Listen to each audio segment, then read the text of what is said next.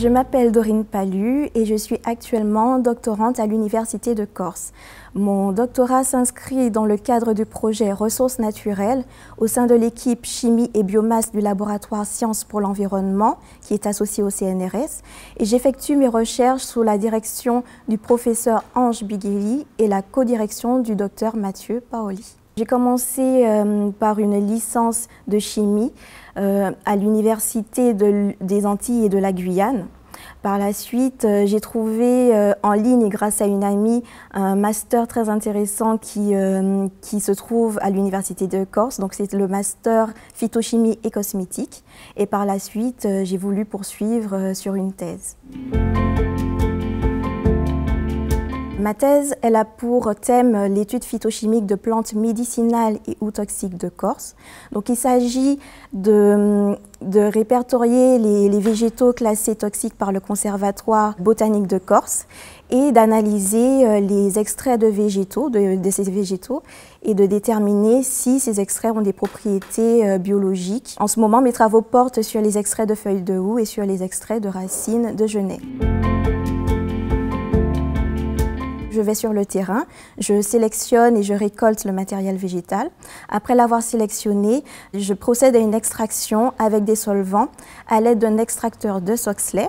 L'extrait brut obtenu est ensuite analysé par RMN du carbone 13. C'est la résonance magnétique nucléaire. Pour cela, le laboratoire a mis sur pied en fait une bibliothèque informatisée qui comprend les données RMN de composés de référence, soit issus du laboratoire, soit issus de la littérature.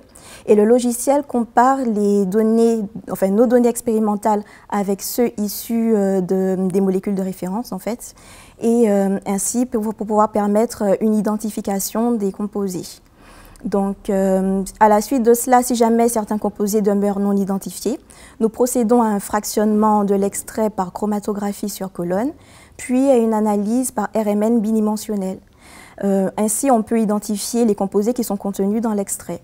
Et ainsi, les composés identifiés, ils sont soit connus, soit non connus de la littérature, mais dans les deux cas, on les enregistre dans notre base de données. Enfin, avec la collaboration du laboratoire de biologie et de biochimie moléculaire du végétal de Corté, on détermine si les extraits et leurs composés majoritaires ont des propriétés antimicrobiennes ou non.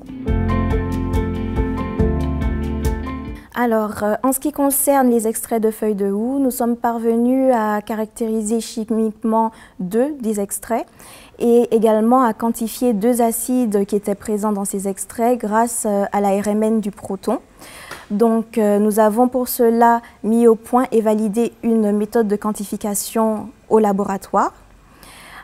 Pour ce qui est des extraits de racines de genêt, nous avons réussi à déterminer la composition chimique d'un extrait et nous avons également identifié 3 composés dits nouveaux, c'est-à-dire encore non référencés dans la littérature, et 2 de ces composés possèdent des propriétés antimicrobiennes intéressantes.